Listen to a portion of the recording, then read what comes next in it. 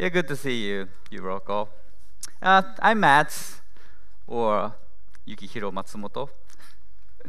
Uh, my name is a bit difficult to pronounce for you guys. Sometimes people screwed up my name order. The Matsumoto is my family name, and Yukihiro is my first name. Right. So, yeah, this is huge Yuroko, right? I think it's the biggest ever, 700 people. So I'm so glad to be here, Yuroko 2017 in Budapest. And then, yeah, this audience make me a bit nervous. I wish you could understand Japanese. Thank you. I will try. もし皆さんが日本語が分かったらもっと楽ですけど。Anyway, we have this huge conference. And last week we have the Ruby Kaigi conference in Hiroshima, Japan. And next week we are going to have the RubyConf Indonesia in Jakarta.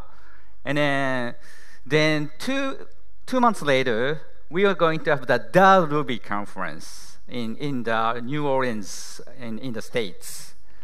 So, and then every conference is so huge and so energetic.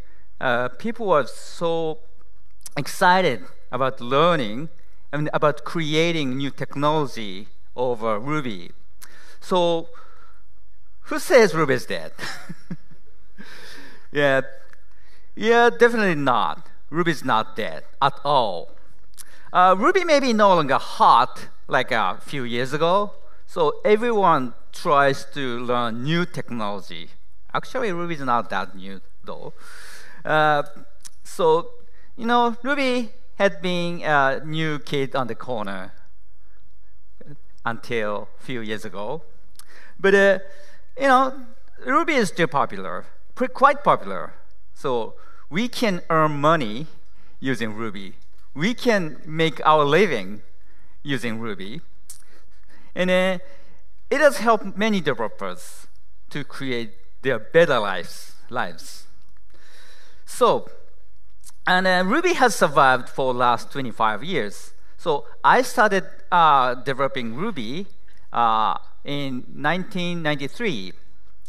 So next year, we're going to have the 25th birthday of the Ruby language. And there's so many software written in Ruby. And then Ruby is that matured. Ruby is stable, sort of. Ruby is expect to be stable. Compatibility matters. So we need compatibility. Just because, if me, the language designer, change the language for no reason, so that everyone screamed. So Ruby has a lot of technical debt.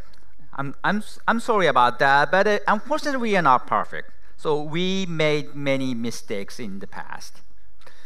But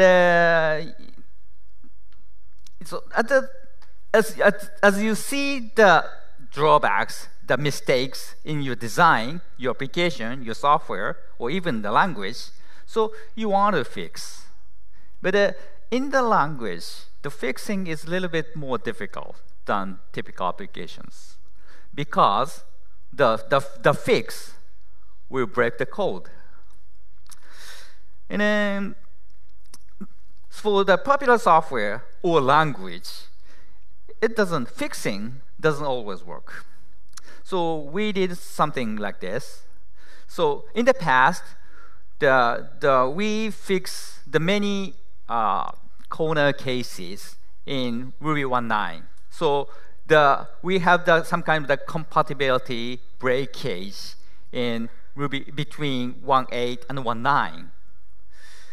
Or so we see in the other languages.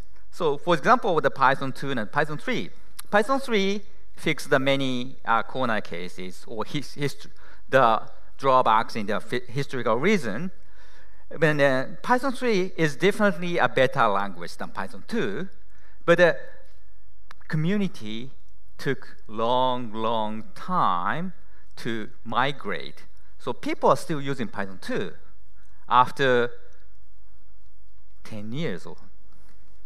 So those ages, so we have 5 years to migrate, whole community to migrate to new Ruby, the 1.9 plus. And then Python community had some kind of that big division for more than 10 years. So that kind of breakage introduced a huge community division. So we core developers improved the language, improved the virtual machines or libraries, so extensively, but left out people who used Ruby 1.8 older version or Python 2 were left out for a long time. That is pretty bad. Or worse, so for example, the Python community tried to create a whole new version of the language called PHP 6. But they made extensive changes which introduced a lot of incompatibility. So no one in the community wanted to use the new version. So the PHP 6 was canceled. They're gone. So the developers tried to create a better language, but no one followed. Same thing happened on ECMAScript 4. ECMAScript 4 was a quite strong language. So the designers tried to create the super strong JavaScript. But the community didn't want that kind of strongness. They wanted compatibility. They wanted their software run on JavaScript. So they didn't want that kind of change. So the ECMAScript 4 was canceled as well. So the worst case is project cancellation. So those situations often called as a second system syndrome. So the people, when we see some kind of mistakes, drawbacks, the disadvantage or something, so we are very tempted to throw everything away. So start new things from scratch. But it happens everywhere, not only for software, but for politics, for example.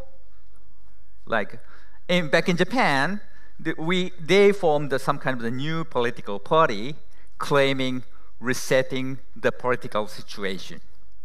So we engineers try to stop them. Should try to stop them. Or maybe last year they had similar situation in the very huge country. Anyway, what's going on? Okay. Or everything in your lives, in your company, in your organization, you are very tempted to throw everything away and start from scratch. But it really works well. We have to move on step by step. But there's hope. For software, I mean.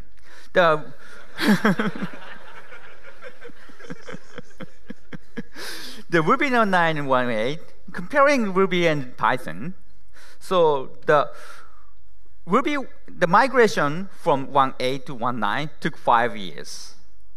And the migration from Python 2 to Python 3 took more than 10 years. Actually, they are still migrating. So the end of the life of the Python 2 was declared in 2020. So 3 more years. Maybe it took 15 years or something. The difference is, Red Hat. So the Red Hat long life maintenance was the default. The Python in Red Hat Enterprise Edition was Python 2, and the software life cycle is 5-10 years. That extended to Python 2, but the difference between the Ruby and the Python is the motivation, because Ruby in 1.9 is far faster than 1.8, just because we replaced the virtual machine inside of the language. But the performance-wise, Python 2 and Python 3 is almost same, a little bit faster though. So the performance is the key, I believe. So Ruby is not designed as a fast language. Our primary goal is not performance. It's a usability, productivity, flexibility. So the joy of programming. That's our primary focus. But no one complains faster Ruby. Right? So if your primary focus is the performance, go everywhere. Like we have Java, we have Go, or we have a lot of faster language, optimized for performance. But we want productivity, we want flexibility, we want joy of programming. But at the same time, we also want performance. But it's not our primary goal, of course. So in fact, we have made Ruby faster last 5 years or so. So new Ruby comes every 12 months, every year, on Christmas days. It's our tradition. We release every major Ruby version in every 12 months on Christmas Day as a Christmas gift from the community. So each new release runs 5 to 10% faster. We're proud of that. We are very proud of that. So we improve the garbage collectors. We improve the virtual machines. We made many optimization over the libraries, over the gens, or many things. But it's not enough, because everyone thinks really slow. Even though we made the 5 to 10% improvement every year, those days, so bank interest is not that much, 5 to 10%. So everyone is deluded by past image. Ruby is slow. So we need some kind of impact toward the world, toward the community. So we made up we coined up the word Ruby 3x3, or it's kind of the campaign phrase. So that means the make Ruby 3, the future version of Ruby, 3 times faster. Whoa. Seems straightforward and simple goal. The performance is just this. But technically, it is pretty difficult, just because we have the history of the 25 years, and we have improved the low-hanging fruit. So we have to do something drastic to improve the performance 3 times. So actually, far more difficult than you may think. So because Ruby should keep being Ruby. So we cannot change the language to make 3 times faster. So we have some kind of the rules and regulation of Ruby 3x3. The first one is memory usage. We have as a software developer, we knew the time-space trade-off. The fast, your application runs faster, but usually consumes more memory. So you can make your application run faster at the cost of the memory. And then, of course, Ruby runs faster than Ruby, but thanks to JVM and Charles Weyeru. But Ruby consumes more memory. Probably on the micro benchmarks, the JRuby consumes 100 times more memory, or 70 times in optical benchmark. Yeah, that's okay. We have tons of memory in server, on the cloud servers. That's okay for most of the cases. But Ruby may run on memory-tight environments, like Heroku's smallest dyno, which is 512 megs. Yeah, it used to be the huge memory, 500 megs, but in those days, it's a tiny fraction. Actually, in the past, probably Ruby 2.1, after Ruby 2.1 was released, I got complaint from my colleague working in Heroku. Yeah, I'm hired by Heroku. So, you have problem. So you improve the garbage collector that consumes more memory. So some application running in the smallest dyno stop working just because it consumes too much memory. So they filed a bug. We fixed that. What's wrong? Anyway, or decent PC only have 2 gigs of memory, or embedded systems has less than 1 meg of memory. So the rule number 1 of Ruby 3.3 is it should be configurable to use as less memory as Ruby 2.0. So dependency. The Ruby is a long-lived project. As I told you, it is more than 25 years old. So, actually, it's still 24 years old. By the way, Ruby will turn on 25 on February 24th, 2018. So we are going to have some kind of event, virtual event to celebrate. So, like, we are going to ask you about write blog post about the Ruby and me or something like that to celebrate the 25th birthday of the Ruby language. Anyway, Ruby is a long-lived project, and depending on outside project, it's kind of dangerous. Just because the third-party software tends to be abandoned or disappeared, or maybe they don't fix our bugs or something like that. So the JIT is promising technology. I will tell you about that more. But JIT is promising technology to improve performance. But there are JIT supporting software. For example, LLVM or LibJIT or GNU Lightning. All of them are the JIT supporting libraries. But we don't have control over them. So unless you're an Apple, you can buy a software. If you are a very huge company, but we are not. So they may have bugs.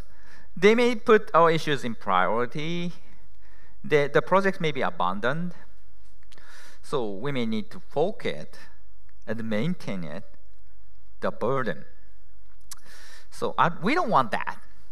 So you may sound silly. Also, LLVM is very stable library or project or something. So you don't have to you don't have to be afraid of the disappearance of the LLVM. But the very few projects survive 20 more years. So the rule number 2 is it should not depend on third-party software. Actually, the third-party software lived less than younger than Ruby. So the next rule is maintainability.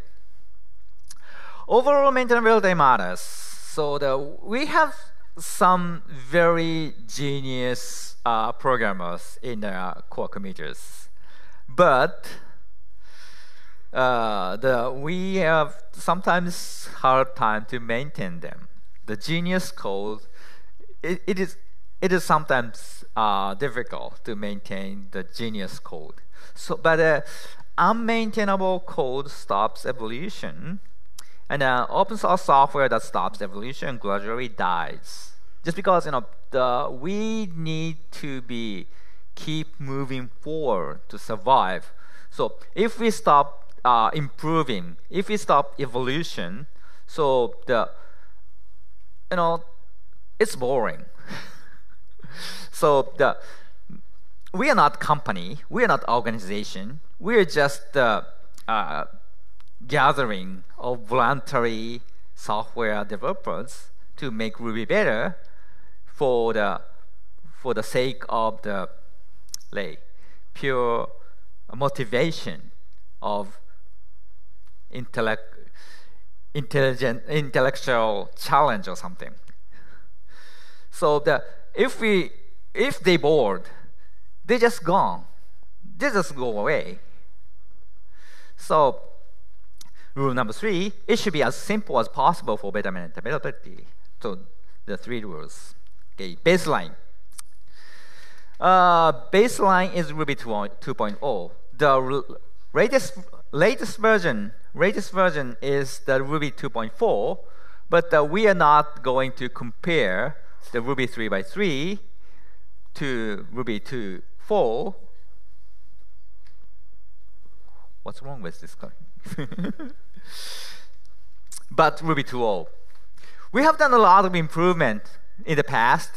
So, for example, the generational garbage collectors, that reduces the scan time dramatically. And then we also added the incremental garbage collector, which reduced the parse time. Or last year, we introduced open address hash tables, which improved the performance of the hash tables, hash classes, which used extensively in Ruby and Rails. And we have done a lot of other improvements in the past since Ruby 2.0. We want to, we have the 5 to 10% improvement each year. So the Ruby 2.4 is faster than Ruby 2.0, and the Ruby 2.4 consumes less memory compared to Ruby 2.0. So we want to include these improvements into comparison. So rule number 4, it should be compared to Ruby 2.0 as a baseline. Okay, 4 rules. So no micro benchmarks. You might be heard about the earlier shootout games, to compare language performances. So this is the collection of the small benchmark software. So the C runs, say, 100 times faster than Ruby or something like that. But it's only games. So they don't look at the real-world behavior of the language. For example, your Rails application don't run 100 times slower than C-written web application. Yeah, no one writes web application in C though. Anyway, so the most of the time is consumed in the network and operating systems, and then the database. So even though the Ruby is slower than Ruby, C or Java by 100 times, but it's not the bottleneck for most of the cases in the real-world application.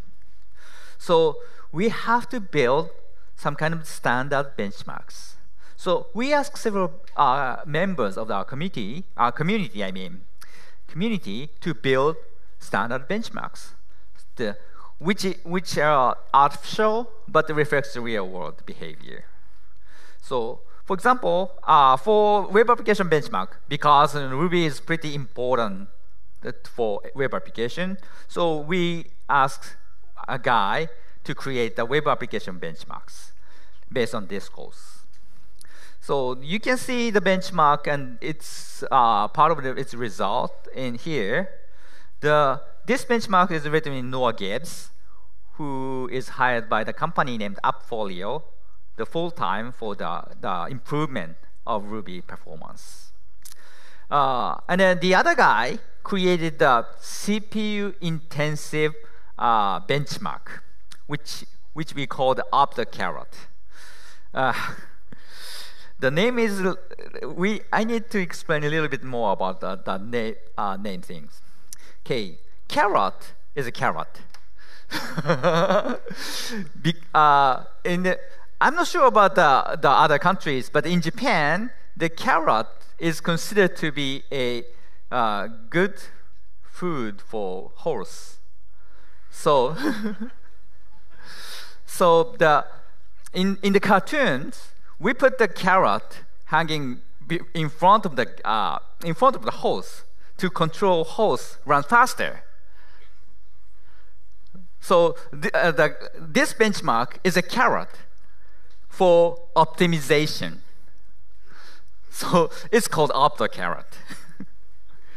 So it really is a Nintendo emulating system emulator. It should run the 60 frames per second. So in the benchmark mode, it works as it updated 180 frames, and then that takes three seconds in the regular. Then stops.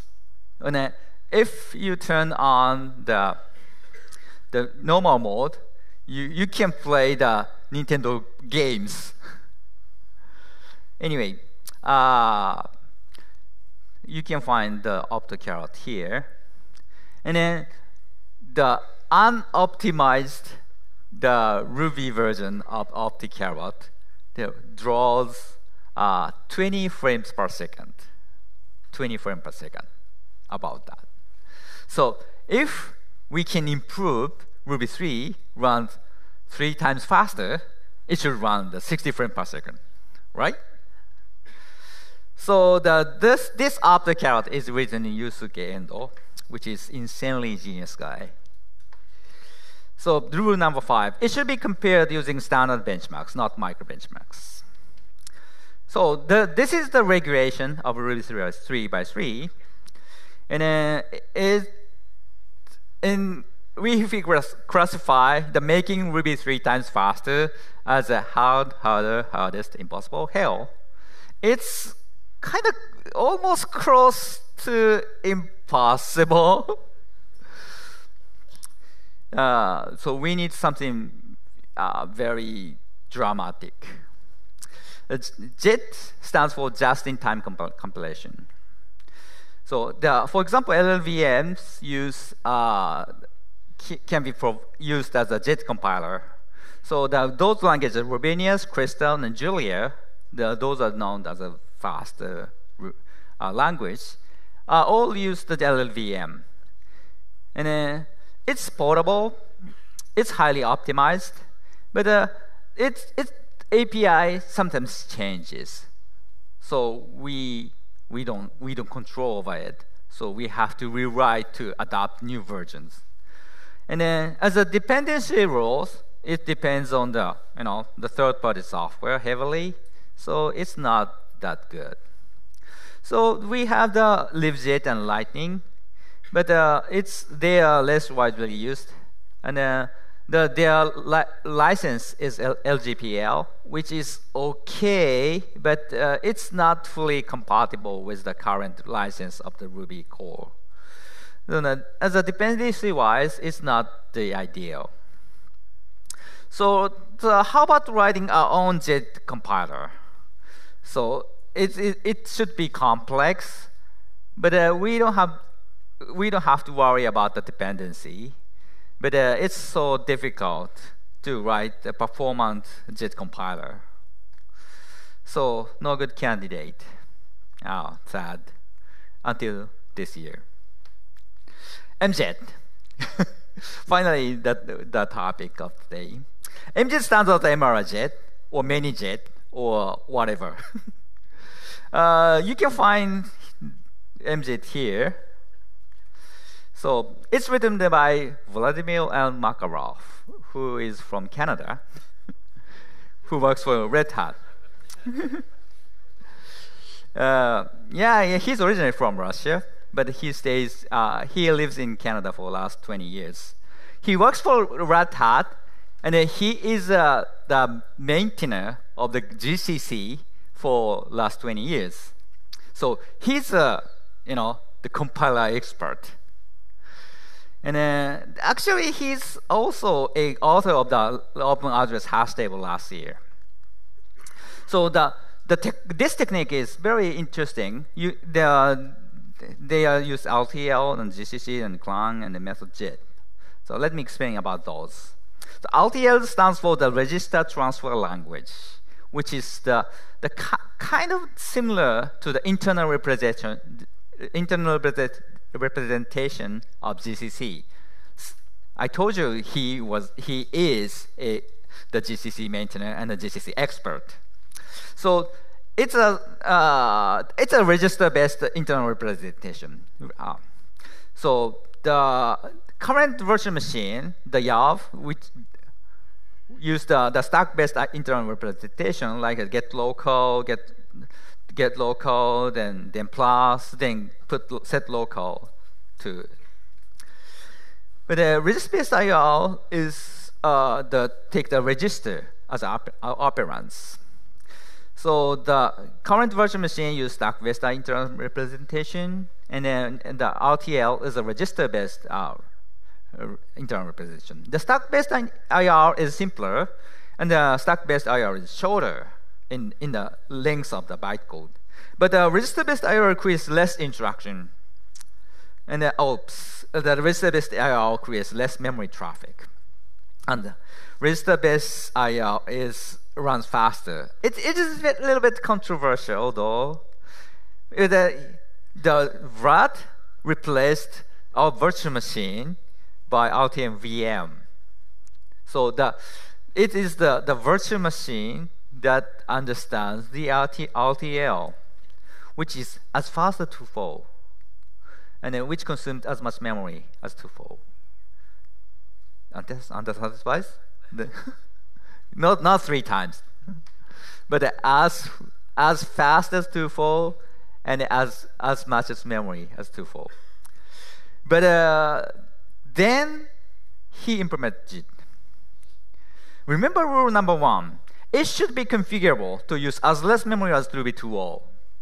So that means, by running the RTA VM, we consume as much memory as 2.0.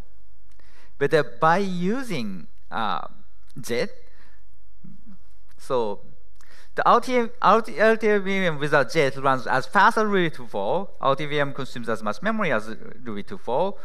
It's the baseline. So you can improve the performance by the cost of the memory.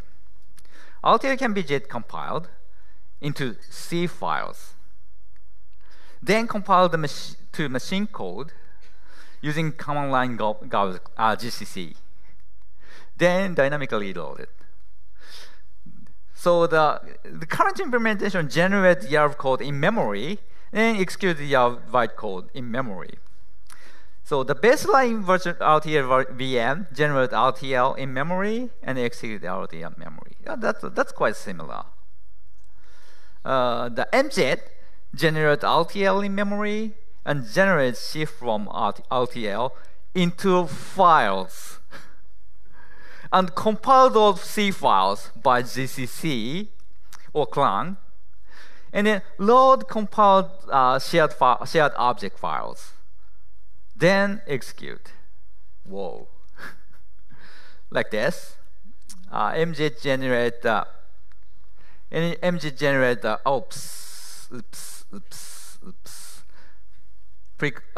the C code, then compile, then the DL open, load by DL open.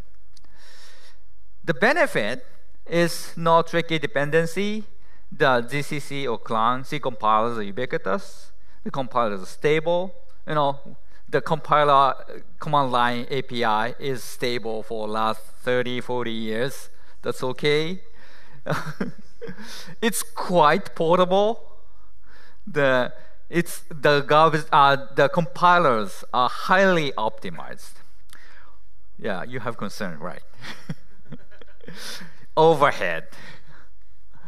The higher compiler cost, because we have to generate C code into files, execute the compiler, parsing C code, code generating from C code, dynamically load. So these are cost. These are overhead. So but Vlad is genius. I'm sure he's not satisfied by calling by genius, but he's pretty smart and experienced. So he tried to minimize the C header to reduce the compile time. And he prepared some kind of the worker threads to offload the compilation task. So we can use the many core to compile those kind of the C Ruby programs into the C compiled binary. So the actual architecture is like this. So in the compile time, we generate the minimized header. And then we use those precompiled header to compile things in worker threads. So you don't have to worry about the compile time. So with the worker thread is a pretty nifty idea. So the result, you want to know the result. So default out is as fast as YAV, right? As I said to. And default out it consumes as less memory as YAV. And MJIT runs far faster than YAV. MJIT consumes more memory than YAV, of course. Future. We are trying to create the inlining or speculative MJIT. And MJIT can be even faster. So then we build the benchmark. But MJIT is far away from complete, so we cannot run the web benchmark yet. It doesn't run Rails on not yet. So how it's built in combination. Still uses micro benchmarks. So the MJIT runs far faster than YARB. MJIT consumes more memory than YARB. Actually, MJIT consumes 20% more memory. 20%, not that bad. For the comparison, MJIT runs faster than JRuby in those benchmarks. I mean, so the JRuby runs far faster in long running process, but MJIT consumes less memory than the JRuby. So by using micro benchmarks, MJIT runs 6 times faster than Ruby 2.0, 6 times. MJIT consumes 4 more memory than Ruby 2.0, 4 times more. Then JRuby is okay. The MJIT runs 2.85. The OptoCarrot is more realistic use case, and it runs 2.8 times faster than Ruby 2.0, so very close to 3 times. And MJIT consumes 1.16 times more memory, so 16% more memory than Ruby 2.0. That's okay. Then evaluation. So MJIT is pretty promising. Still have some issues, like it doesn't run Rails yet. We need more works. We don't make any promise yet, but MJIT achieves the highest in our criteria. There's a big chance to make Ruby 3 times faster. Conclusion. Ruby is not designed as a fast language. Performance is not our primary goals. We are trying to make the future Ruby faster, though. 3 times faster than Ruby 2.0. It's hard, but seems possible. Performance will solve many problems. And it's community effort. I didn't create MJIT. but Vlad did. So, in 1993, I started Ruby as my hobby project. I worked alone back then. Yeah, no one knows Ruby. No one knew Ruby back then.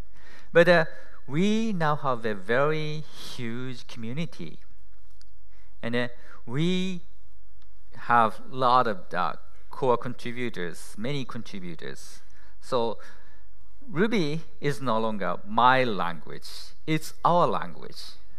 It's community effort, improving, using.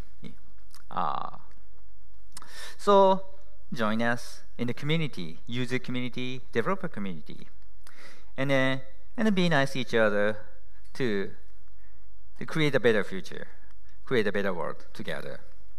And a special thanks to Vlad. Yeah, I respect him pretty much. And happy hiking, and make impossible possible. Thank you.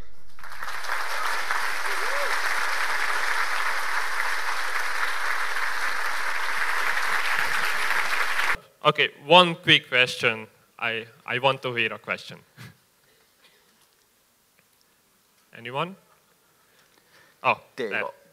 I will just take the mic real quick. Hello. Hi. Yeah. Okay, close. So, hello everybody. I was just wondering, all the focus for the next preview, the next versions of Ruby is mainly in the performance. I've never seen any kind of limitation in the flexibility of the language. I'm really happy about it. But I was wondering if even here, the people, someone has, or the community has ever considered like as a problem the flexibility, or not the problem, but if it could be improved. Because it seems from Ruby 1.9, according to your talk, everything is about the performance. So today, I mainly talk about the performance, but our improvement is not only for performance. The recent improvement is focusing on the adding new features, and then adding new nifty method or nifty features. So we have both sides. So improving performance and improving the language. So we are focusing both. So that don't worry about we are too much focus on performance or left out everything. So we are improving the language as well, for your sake.